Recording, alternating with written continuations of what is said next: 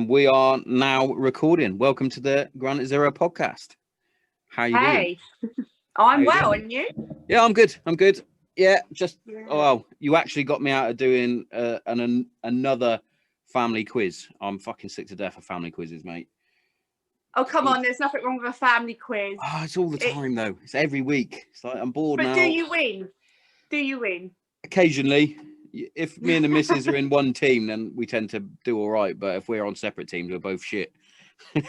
Where do you get the questions from? Are they like questions that are generic off the internet? No. So what we do is we split it between the different families. So each family will have 5 questions to pick out, and then they give them in. So at some point you'll have your round where you get top marks. But yeah, it can be I think I was last week, and I got the I was like, I'm not playing anymore. Yeah, I do like a good quiz though. It's even better if it's in a pub, which, you know, a bit of a sore subject right now, but like a pub quiz with a prize and a pint, can't beat it. Yeah, definitely. I remember back home in Hereford in a pub called the Barrels. They do a good one on a Thursday, and you get if you win, you get a real. The landlord gives you his fucking tie. It's always an awful tie. A tie you'll never wear, but it's like, yes, fucking won the tie. I'm gonna have a curry and crack on. Obviously, in these shit times, we can't be going to the pub, which is a shame. I know. Hopefully, it won't last forever, but who knows? I mean, they're kind of like I feel like they're making it up as they go along, really, to be honest. So you got to think we've been going with this like lockdown and not lockdown and whatnot since forever. Like since I think it's March, what was it, April, May? Yeah, March. I think it might have been sort of March time, wasn't it? End of March. So I remember having my birthday because I had some of the lads round on my birthday, and we had some whiskey and smoked some cigars in the shedio. But then after that, it was pretty fucking, lockdown. It was March. I think I started working it in like the end of April, May. So I wasn't seconded there or like called upon to work there until like April, May. So for me, it's just, for me, it just seems like forever. It's been non-stop. That's one of the reasons why I asked you on, because obviously you're front line in terms of what's happening with the COVID stuff, and not a lot of people really appreciate what is happening. Like obviously a huge number of people will have family members that have had this virus and what have you. Me, for example, my father-in-law had it quite bad. I say quite bad. In retrospect, it wasn't. It was a bad version of the virus where it wiped him out, but not to the extent where he needed to go to A&E or get on a ventilator. But in my opinion, that's the thing. That is the thing with it, though. It is so different. The way it's hit, the way it's the same with anything. The flu can hit people, it can drain some people, or some people bounce back from it, and it's the same with any illness, really.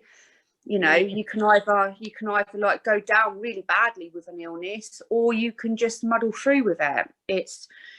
Although like generally with most illnesses, you don't die as rapidly as what some obviously. There's always that downside. But like I was saying with my father-in-law, I think he did something that a lot of people should do instead of what a lot of people have done, where he went, I'm fucking sick, I'm going to isolate myself in the house and not go to the doctors until I feel that I need to go. Obviously, he had to go out and get his test and whatnot, like you would with the flu. You don't go, I've got the fucking flu, I'm going to go to A&E. Where this is my opinion now. I find that with a lot of the scaremongering and what have you, if you want to call it that, from the media, if you get these symptoms, people are like, oh, fuck me, I better go to hospital. It's like, well, you probably don't need to go to hospital yet. Yeah, and also what we are seeing as well is, like a lot of people that have got a prolonged cough, which you would probably get this time of year at any point of season change of the year, and like we all do, and it's instantly, worry, I've got COVID, let's go get a test, or I've got a raised temperature with my cough, let's go A&E, because their phone's the NHS line, and it states if you've got those symptoms to get yourself to A&E. So it's kind of more of a hindrance, really. The advice that's being given out. I think you're right. I think probably most people should use their nozzle a little bit better and try and use a bit of common one, like. Yeah, like I don't feel right. Get a home test sent to you. If you don't want to go to a testing centre, you can get a home COVID test sent to you. They're very easy. The lateral flow tests that you get sent at home, they're so easy to use. They work the same as a pregnancy test. You don't wee on it. You just swab and dilute the liquid and put it on what is essentially like a pregnancy test. It shows you within seconds whether you're positive or not. And you don't have to leave your house. That that gets delivered to you within a day or two, and the results like instant. They're there before your eyes. So whether that's knowledge that people have or not, I don't know. It should be made more accessible. Quite. I never actually knew that. So, because I speak to a few people and they don't know that, and it's and I'm just, well, what are they spending all the money on then if it's not for? It's mad, isn't it? Yeah. Because I went out, I had to take a test because I had this fucking severe headache for almost 2 days, and I started to develop a little bit of a cough. It wasn't like a sustained cough, and I was like, I'm fucking feeling a bit dog rough here. Mrs. was like, well, go and get checked out. Go and get the go to the testing centre. I was like, oh, all right. I was proper man down over this headache, but it was literally just that. I was negative. I was just it must have just been a group of cluster headaches or something from. Because I've started wearing these blue light glasses now because of fucking sitting in front of screens all day and playing on my phone all the time. I'm getting these headaches. So it must have just been that. But what really made me chuckle a little bit, though, going to these test centres was the amount of the staff that aren't wearing the mask properly and things like that. So we're going through all this rigmarole of like, no, you wind down your window a little bit, we'll pass it through, wind it back up. Have you got your mask on and all this? It's like, well, you're not wearing your mask on, you knob. Yeah, completely. So I had the vaccine. Obviously, we're frontline. We have to have the vaccine. So had the. Is that mandatory? Is it for you guys to have it? Yeah. It's not like Nah, they don't say that it is, because obviously you've all got the choice and the ability to say no. But I do work on the COVID wards, and I have done since day dot. So for me not to have gone and got one would have been foolish. Of course. And you kind of have to, don't you? Yeah, of course. And I totally agree with it all, mate. Definitely. But I was so ill from it though. Like I had it on the Monday. And on the Tuesday I went on a shift. Now bear in mind we're doing anything between 12 and 14, sometimes 15-hour shifts. I think I went in and I on the Tuesday, and I was man down by, I don't know, easily by midday. I couldn't lift my arms. I had raging temperature. I couldn't even take all my PPE off.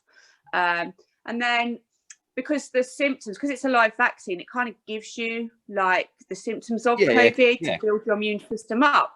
So it kind of hit me hard. But because of that, just to be on the safe side, I had to go and get a COVID test at the testing centre. And like you say, you go there and actually they're all non-medical staff. Not that really you need much medical training to take a test like that. But I just think if you're dealing with the general public, then actually, like you said, they're not wearing their mask properly. I actually had that myself. They wasn't wearing their mask or even a visor properly. And it, because we're like military as well, we go through like a different bit of the testing station, kind of like ushered through rather than queuing. Special. And so it was kind of like, and they could have been no more than like 18, 19. I just think they're only there to earn a buckshy pounds like at the weekend. Of course. So it's a temporary job placement for them. So I don't know. I mean, like I think the whole testing program has come around too late, and it's not being handled as correctly as what it probably. I always thought we were sort of on a back foot, really. It's as though we saw the symptoms come in and what have you, and all this happening in Europe and whatnot, and we were like, whatever. I think Italy scared a lot of people, because I remember when it was hitting in Italy and you saw on the TV and then social media, all of these like morgue vans coming by and private ambulances with all these dead bodies. And, you know, it was really like scaremongering. So when the first case came over to Britain, people were like, you know, and then it like started to move up then down the country. People, you know, the first lockdown people took so seriously because they were so scared. And you find that now we're on lockdown 3 or whatever the fuck we're on. They're like, if I get it, I get it. That's what it seems like. Like, I've been at work doing my regular job, and I'm like, there's no change. The first lockdown, it was a complete ghost town. So I work in it's a bit of a village, but it's also like its own little town. It's a weird place, full of people with a lot of that, put it that way. But it was thriving. There was people everywhere. And then obviously lockdown 1, dead, ghost town. All the businesses were shut, everything. Second lockdown, a few more people were working about. Now in this one, it's like, well, the Prime Minister has told us to be in lockdown. What are you doing? I'm here because I have to be here, because it's my site. I have to look after it. But what are you doing? Why are you here? I know. Yeah, it's so frustrating because, you know, like, obviously COVID is real. You know, I hate those deniers. I'll agree. I'll admit at the beginning I was a skeptical hippo, as I would call it. Where I was like, fair, like, even though I was working it, I was a bit like, I think people are overreacting, because when I first started working it, I was working it in like the COVID triage, so like COVID A&E. So the military, we flipped a whole children's theatre unit into COVID triage, COVID treatment, and then if you was confirmed with COVID, you'd go up on one of the COVID red wards. So I didn't really see like the aftermath of those people that were like positive with COVID. And we were getting a lot of people coming through, but some of those people were also told to just go home and isolate. But now I'm up working on the wards. I'm actually seeing what the effects of COVID is. And as my training's gone on and a bit further, I'm seeing what damage it does do to your lungs, because we x-ray you on the wards.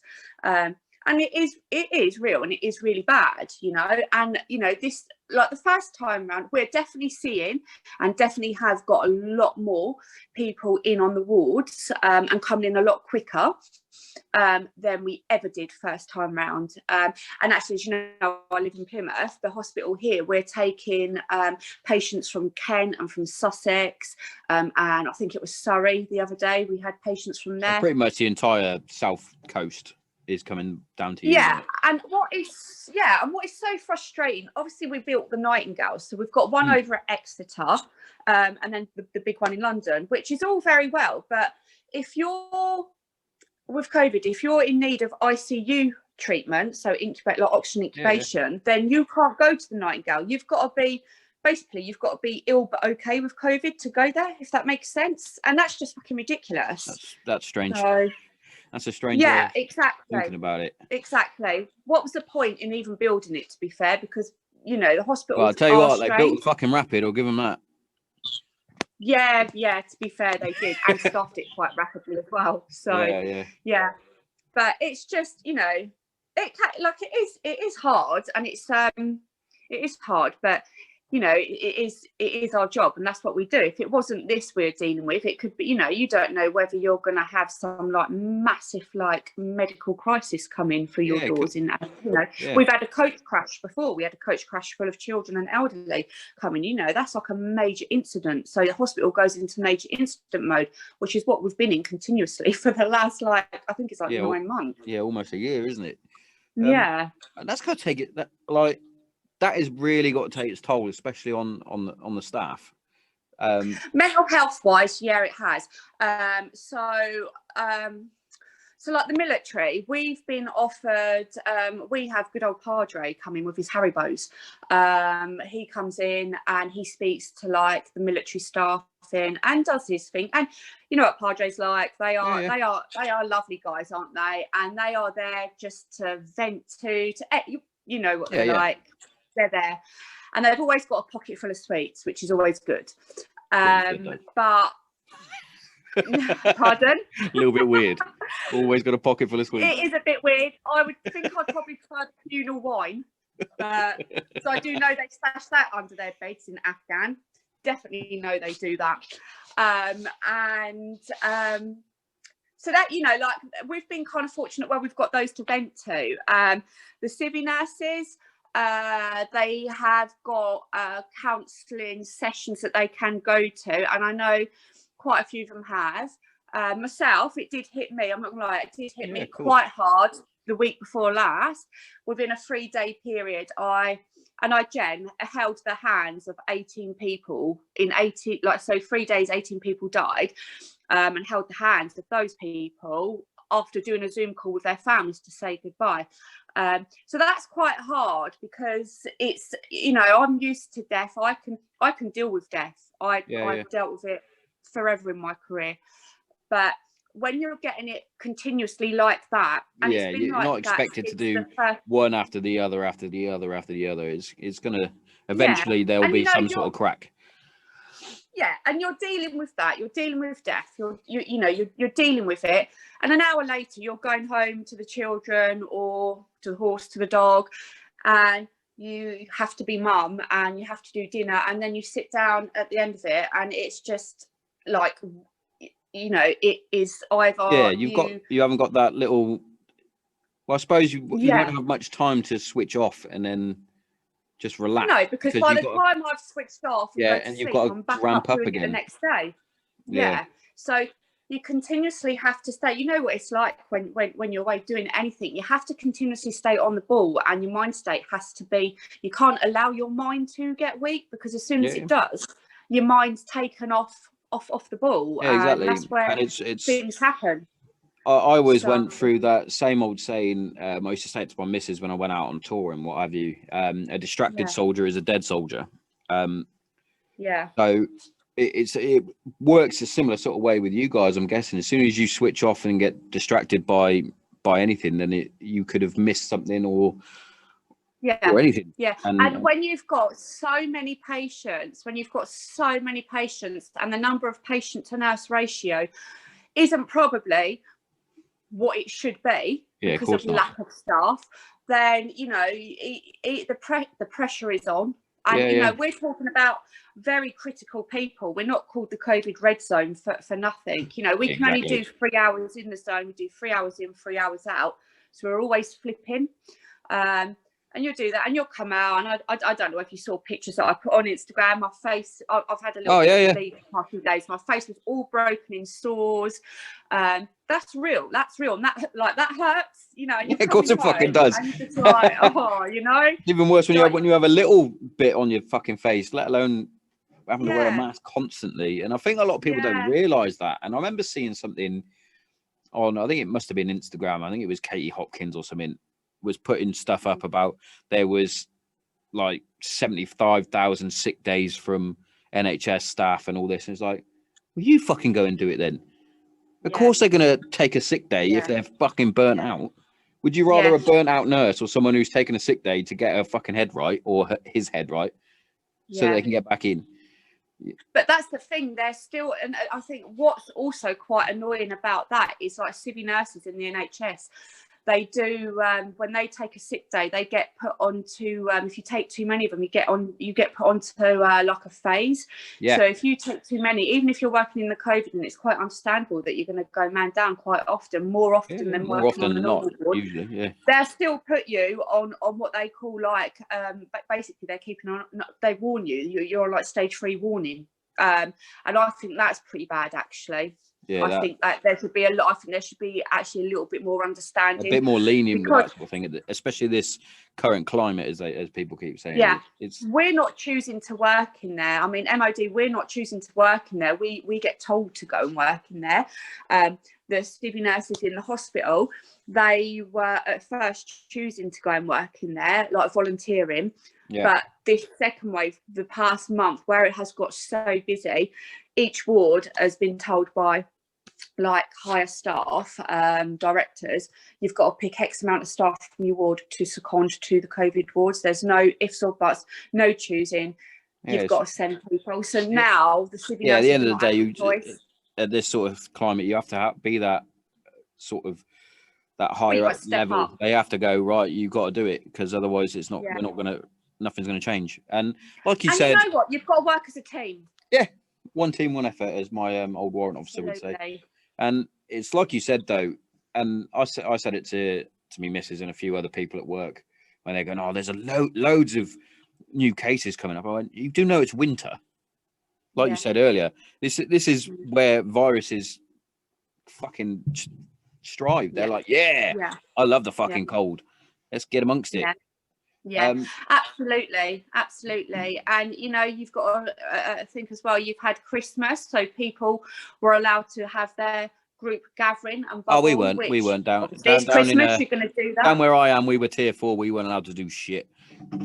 Oh really? Yeah, that's been our problem down here. We was allowed to like celebrate with X amount of people. I think it was like 6 people. Yeah, that was one of the things that I brought up quite a few times. I was like, he needs to make a proper decision here, because I feel that a lot of the time he makes popular decisions. The popular decision amongst obviously shit decisions that he's got to make, and one of them was obviously Christmas, where he was like, right, these lot, they're all tier 2, this lot's tier 1, you lot, you're tier 4, where obviously I could have done, but I didn't, because I'm sensible. My mum and dad and my brother were in tier 1 in Hereford, so I was like, come on kids, before we get all locked down on tier 4, let's just drive up there. Yeah, which is what a lot of people would have done. They would have gone, fuck this, I'm driving out. Yeah. We saw it a lot, and we saw the aftermath of that. We saw them coming in like a week. We said at the beginning of December, the week after Christmas is going to be like hit week, but what we didn't expect was it to continue to do so, and we haven't hit like major wave week. We're expecting that next week. So lovely, can't wait for that. Yeah, I know, and we're already on 4 wards dedicated to COVID red now. We started with 4. So at the beginning in November, on the second wave, we started with just 4 patients in, and it just went up and up and up to now we're at 4 wards. So, and I do hear that another wards, because I've been on leave this week, I do hear that another 4 wards, another ward is going to open, so that will go to like 5 wards now. So it's just, and we had like we've had meetings with, like, you know, we've been briefed and we've been given meetings, because you know, we got given like movement notices. You know, I don't know, they could tomorrow turn around and say, you need to go up to this hospital, you need to go here, you need to go help out. We do as we're told, as you know. So it's harsh. It's never like, it's not knowing. And I think for me, I don't mind working anything. I'm a grafter. I will work my arse off and apply full effort to everything I do. However, you know, like seeing that amount of death, and I have to say, it's not just the elderly or the obese or the, you know, the ones that people are saying, oh, they've got underlying health issues. There's a lot of that. I'd be lying if I said there wasn't a lot of that. Also, you know, we've got children on the ward right now. We've got famous bodybuilders that have come down with it. All you've got to do is like Google it, and you see the caliber of this person that come down quite hard and heavy with it. I think he's gone viral with it on ITV and that. You know, he came in and he went, you know, it was touch and go for him for a while. And the children as well, you know, that's been, you know, 9 years old, 15 years old. It's got to be hard one, especially as a mother like yourself. It's got to be hard seeing the kids having it. Yeah, and I think that's, you know, that when I said, you know, the 8 people died and we started seeing the children come in, and, you know, when I say people die, it's not just elderly, you're talking 30 years old, 40 years old, mums, parents, and that does get to you. That does get to you, but you've got to deal with it. Sometimes you've got to disassociate. I think you've got to try and do as well, haven't you? Like, obviously I'm not a medical person. I'm not a fucking nurse or a doctor or anyone like that, so I can't see someone as a patient. I would see it as somebody's mum, somebody's dad, somebody's brother, sister. So I would be like, oh, fucking hell, that person's dead. Where I'm sure that you guys in the nursing profession and doctors and paramedics have got to think, no, that's just a patient. That's a patient, and you know, you've got to see it as an illness as well. And as a nurse, a doctor or a paramedic. You just want to, you know, if someone cuts themselves, you just want to fix it and put a plaster on it. You know, you've just got to see, it sounds awful, but you've just got to see each patient as something that needs healing and something that needs doing, if that makes sense. Yeah, totally makes sense. You know, rather like disconnecting yourself emotionally from it, if that's even at all possible, without sounding heartless, because you've kind of got to do that. That's a funny thing, isn't it? Because obviously nurses are, you, in theory, you've got the biggest heart because you are putting yourself out. Say, you know, you've got to put yourself out there, but then you've got to have that sort of ruthless streak within you as well. It's and I think actually, with as much respect as I can pay to all the civil nurses, because you know, I think really that's where so like obviously I'm Army, we've got the RAF, we've got the Navy nursing, all that military training that we do get given, in a way, kind of has helped and enabled us to be that little bit stronger and help, because you know the training that you're given, you're trained to deal with anything really bad. I think the big thing is when like it's like the lottery now, isn't it? It's when it's all done, it's like oh, I finally won the lottery. But when COVID is all done, I think that's when all the trouble may start in the NHS and military nurses and what have you, because you then it's when you stop, and then you're like, oh fuck, and I think that's where it's going to hit. I know, like certainly I've had you know, a little bit of time off, was called in like just for a few hours today, but offered to help because there was so short staff, and you're not going to see your team struggle if you can go and help for a few hours. Of course not. And it kind of hit me a little bit hard just going in for those 3 hours to help, because I've been out of it for a few days. You know, I've been spending it with the horse, with the dog, with the kids, and going back into it was a bit of a shell shock. But you instantly have to go back into it, and now I'm back home from that, and I'm like, you know, it's kind of it's weird. It's hard to explain, because you kind of like bringing the smell of it back as well, and it's just sometimes you think you just smell of death constantly. It's just, you know, especially when you're holding the hands of those people and you're seeing what we see. Hospitals always have that funny smell anyway. Must be the cleanness, the cleanliness, should I say? Not actually that we're able to smell too much for all the PPE and masks. Of course. If they're fitted correctly. Yeah, you got to wear them correctly. Out of there. So obviously we touched slightly on you having the vaccine. So obviously we have knobheads out there that don't believe in the vaccine, and I think knobheads that say it's got microchips in. Yeah, that bollocks. I'm just going to let you go on this. I would like to hear your opinion on these creatures with the lack of education that they've got. I've not got any microchips in my body or my arm. It was an injection that, you know, did make me feel sick. And those people, everyone's got choices, haven't they? Everyone's got that individual choice. If you don't want to have the vaccine, don't have it. But I'm not going to sit here and I'm not going to tell you, oh, I've had the vaccine, you should have the vaccine because it's so rah. And just the same as those anti-vaxxers shouldn't be preaching, don't have the vaccine, it's this, it's not that, you know. But that's society. That's what society does. If they're passionate about something, they'll ram it down your throat. It's the same with Brexit, in politics, in religion, and BLM. Look what we had all last year. We had all of that. It's exactly the same. You know, society does what it does best, and that is conflict. Yeah. So conflict. But it's a strange one though, the old anti-vaccines and what have you, I find, because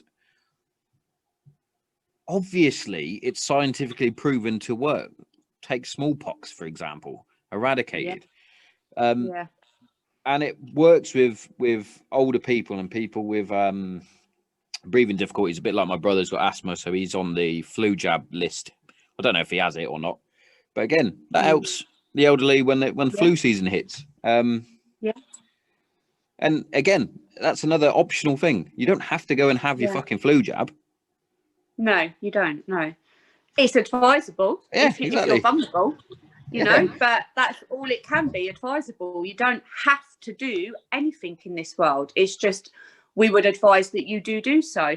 You know, if you want, these anti-vaxxers, they're the people that, you know, they're quick enough to moan and criticise this vaccine, but they're also, because I had an argument, a bit of a face-off on Facebook actually, and they're the best ones.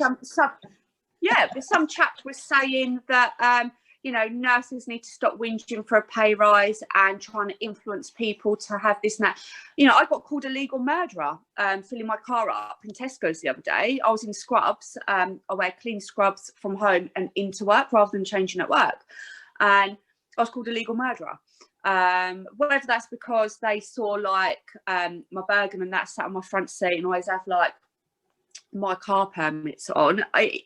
Some hippie dude said it, and I just thought, fuck off, because you are the type of person that is quick enough to come into A&E and bed block us for some stupid reason. You know, you can preach and call us all the names you want. You're entitled to do that. I don't really care. I've got thick skin. But you know what?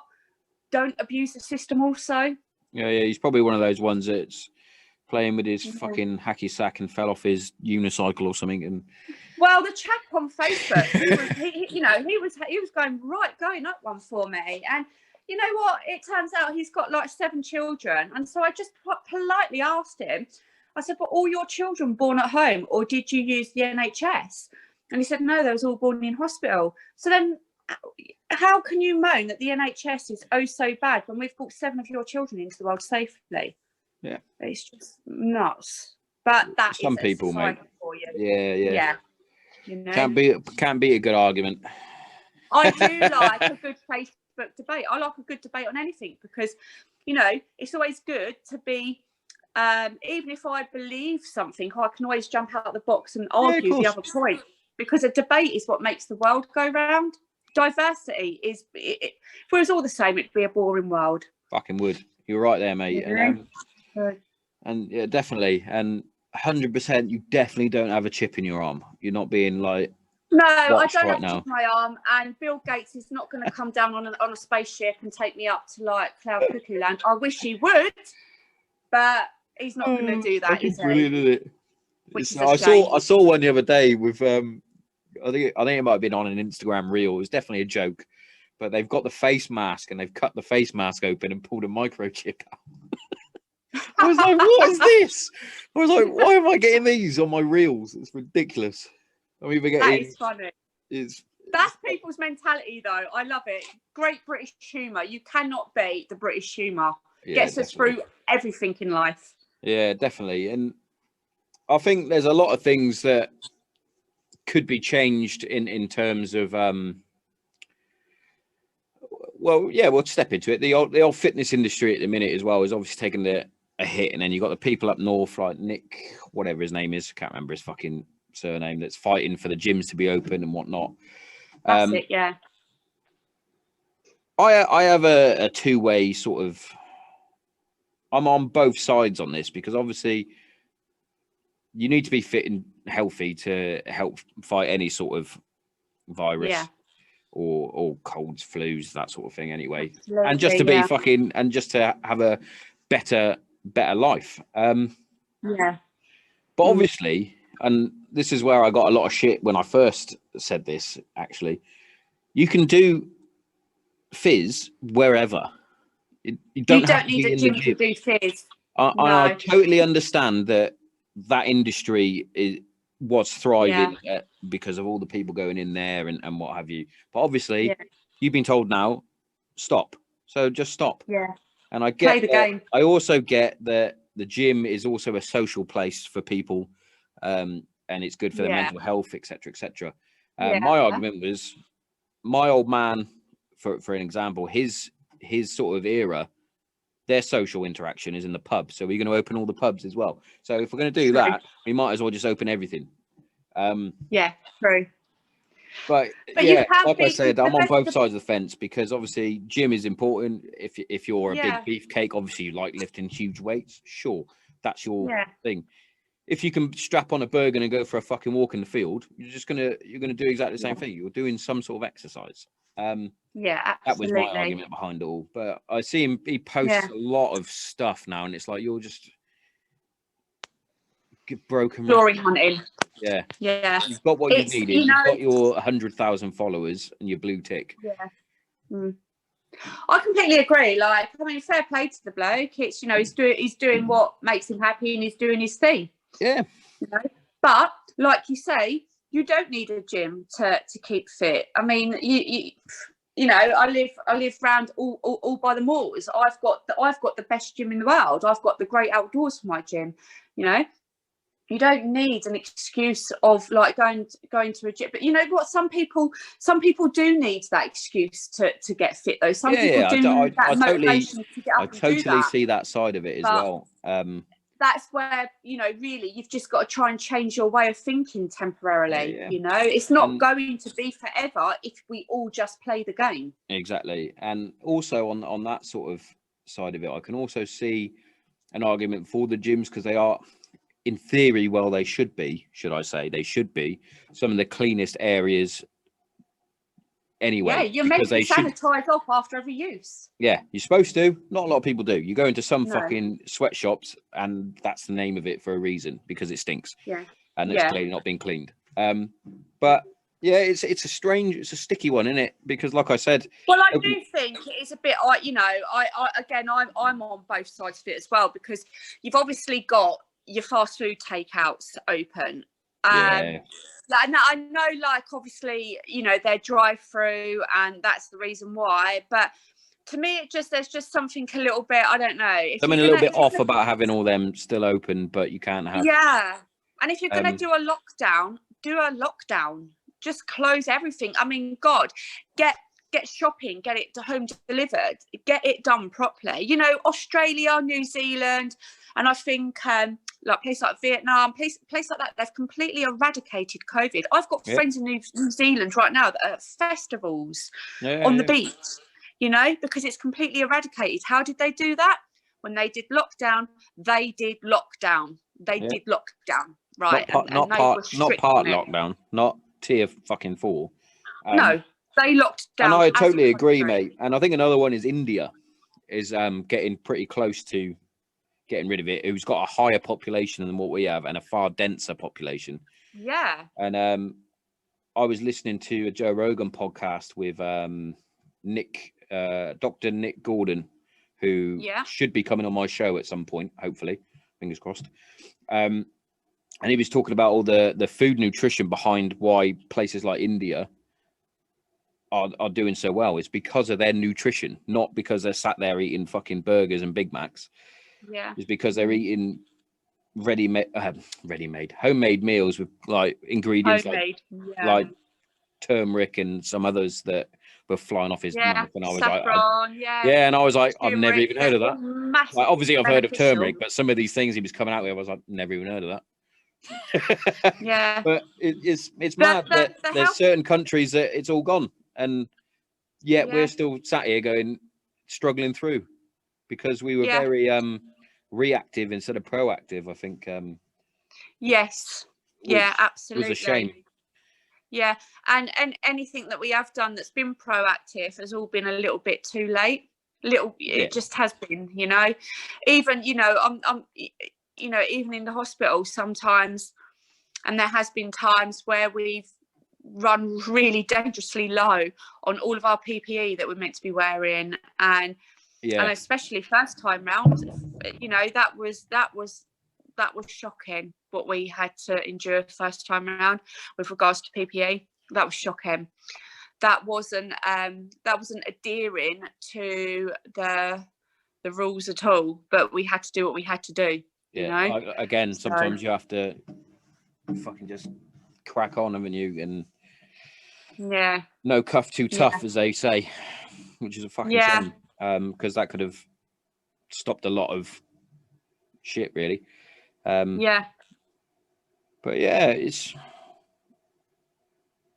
I can see the end in sight, but I've tried to change my outlook on things. I've been previous to all the lockdown stuff, I was always very negative first. So I'm trying to think, like, I can see it. They've got the vaccine, and I know they're saying they now want to try and make it shorter between the two injections or Yeah. whatever. So I'm like, I hope I can see it. And I'm just saying that because I want my football match to go ahead in July. My charity match. I'm being very selfish. And I want the kids to go back to school because they're doing my head in. I feel that. No, I say they're doing my head in. They're doing my head in today. Today they've been two little pains in my ass. Yeah, I feel that. And you know what? They're getting frustrated with it as well. They really are. Because, you know, children might moan about going to school, but they love going to school, really. They do, mates, you know. With their mates, chimping about, being little scamps. Oh, my eldest was funny the other day. So they're doing their... I'm going to take hats off to my the school my kids go to, because the way they've done their Microsoft Teams and how they've set up the online... second to none. Like the teachers there, they've got them, they sit down, they're in their uniforms because the headmistress has said you need to be in your uniform, otherwise you're going to get a late mark or whatever. They can't eat in front of the screen. They can only eat when it's their break time. They can have a drink, obviously. But they have it all muted, so unless they have a question, then they unmute and put their hand up and whatever. It's done superbly. They had 167 kids plus teachers on an assembly the other day, which I thought was incredible. So they've done a really good job. However, occasionally we like to check my eldest's phone just to make sure she's not texting anyone being mean or anything like that. Not that she would, because she's got a heart of gold, but you never know with kids. And there's a text between her and a close mate of mine's son that's on there, and he's texted her saying, we've got a class project coming up. We're supposed to do it on our own. Do you want to help? And she's replied going, yeah, definitely. The teacher won't know. I was like, brilliant. I was like, I'll let you have that one. That's good. Tries and overcome. Yeah, exactly. I'll let her have that one. But absolutely. The eldest has been proper pre-teen mode today. It's like no matter what I've said, her face just changes, and then she's got this grumpy face on. Goes and stomps off. My old man, you might have seen it on my Instagram. My old man got me a brand new MacBook to do the podcast on. He was proud of me for releasing my book, even though I've had some shit through that. But that's another story that I'll talk to you off air. Because I'm not giving those cunts airtime. But yeah, he got me. He was like, "I'm really proud of you. I've got you a gift. It's arriving." So I got this parcel come through. I open it up, and she is just fucking hovering around me. I'm like, "What are you doing?" And she's like, "I want to see what it is." It's like, it's my MacBook from Grumpy, and she's like, "Well, can you open it? Can I play with it?" No, you cannot play with it. Then it's, "Can I do my schoolwork on it?" No, you can't. It's mine. And then she had the ump. No, they are mega things. So I don't blame her. I would have had the hump too. I love those things. They're lush to work on. Yeah, but I haven't used one yet, so I was getting I was like, how do I minimize shit? And fucking, it's all slightly backwards to a normal laptop. I found already. And I'm like, but there's buttons I can't. And she's like, "It's there, Dad. It's there. It's there." She told you needed me. Like, I was going to say, so actually you need her. Yeah, I did. Yeah, she knows knows too much about technology. Too much. How are your the age that they are now, they do, don't they? They know so much. There's still things on like my phone that I didn't realise I could do, or my phone does. And my kid looks at me as if to say, "Oh my God!" And it's like, "Jesus Christ, Mum, why can't you know that?" Yeah, I'm just. How are your scamps getting on? Are they all right? Yeah, not so bad. Yeah, all right. Yeah, they're obviously they're getting a bit frustrated with lockdown, but as I say, where I live, like I've got it all around me, and we've got the horses up there. I've got Winston. I've got the dog. So you know what? Like that's an excuse right there to get out every day. You can't. Whether I've got work or not, you can't be lazy. You've got to get out. Yeah, you got to get out with it, especially having a dog. Yeah, exactly. The ultimate stress reliever, as I was talking yesterday to Smudge from Redcoat. I've been trying to get a dog. I've been trying to get a dog, and Zero Alpha keeps saying no. because she's like, no, at the minute we could because there's always somebody there. But when she goes back to work, it's like, well, he's going to be left on his own, isn't he? I was like, well, no, I'll take him to work with me because I could, in theory. Yeah. She's like, no, not yet. So I'm trying to work on the girls to get the girls to work their magic so I can have my little stress reliever. Because it's like Smudge was saying, as soon as you walk home, they're excited to see you. They want to see you. They're like, yeah, give me a hug. Yeah. Where I come in and my cat goes, fuck you, and just fucks off. It's like, cheers, you fucking little fucker. Yeah. Cats are hard work, aren't they? Cats really are hard work. I love my cat, don't get me wrong. I love my cat. Yeah. She's great. But she does have They make you work for the attention, though. It's like dogs, especially the Labrador. You don't have to do anything, and they're just happy. You could be out in the kitchen and come back in the lounge for 5 minutes, and he's like, really happy to see living you. life. Yeah, my brother sent me a brilliant video earlier. Actually, my sister-in-law did, of my brother. So my brother's got an Alaskan Malamute, and he's fucking ginormous. He is a husky on all the steroids. I know my brother's gonna kill me for saying husky because they're not. And he's in his element today because obviously it's snowing everywhere apart from Kent. I don't know if you've got snow. Yeah, we have up obviously. Everywhere in the UK apart from Kent, where I am. Really? No snow, none, not a sausage. Well, I say Kent, Maidstone, not a sausage. Oh, shame. Yeah. I had my eldest was waiting at the window like this, like, is there any snow? And I was like, I told you, it's not going to come. And she's like, why not? I went, for one, it's raining. Well, it's not going to stick anyway. But yeah, so obviously Jack. But it was here yesterday, it was raining, and obviously up on the moors now, it's just all stark. It's a nightmare. I'm upset. I wanted it to snow. I wanted to build a snowman. But yeah, my brother's dog obviously was in his element in the snow because that's where they fucking thrive, obviously. And they've come in the house and he's hoovering him with the fucking Dyson Hoover to get all his hair. But he's loving it. The dog's loving it. His legs going fucking wild. It's fucking brilliant. Yeah. That's brilliant. That's brilliant. He's just Winston. I just chuck him up the stream, up on the moors, just past Shaw Prior and that. Cadover, we've got like a beautiful like stream up there, or Dewstone. I just chuck him in there, and whatever loose hair he's got just comes off there, and he has a little shake and level that.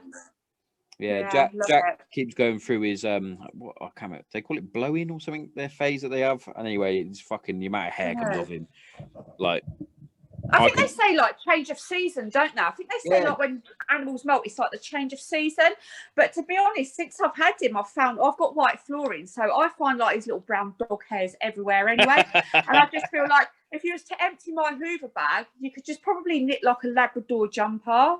Yeah, love it. How warm and cozy would that be, though? I mean, that's a whole new like business right there. There you go. You just got yourself a business for when you come out of the army. Lockdown ideas, right? Right, dude. Well, I'm not going to keep you for much longer. It's been a long day. It's been a long day for you, and it's been an absolute privilege and an honour to have you on, especially at the minute with the climate that we're going through and the lockdowns and the COVID and all that. You must be absolutely shattered and hanging out your hoop, as they say. But so I just want to thank you again for taking your time out of your busy schedule to sit and have a chat with me about all this. No worries, dude. Thanks for asking us. Well, no problem. I'll have to get it on again when it's all calmed down, just to see the difference. We should do like a three-way one. We should get like someone else who's out of the box, like a real debate going on. Like we should probably get that. Would be a good one, wouldn't it? I'll have to go on the hunt for some flat earthers. Yeah.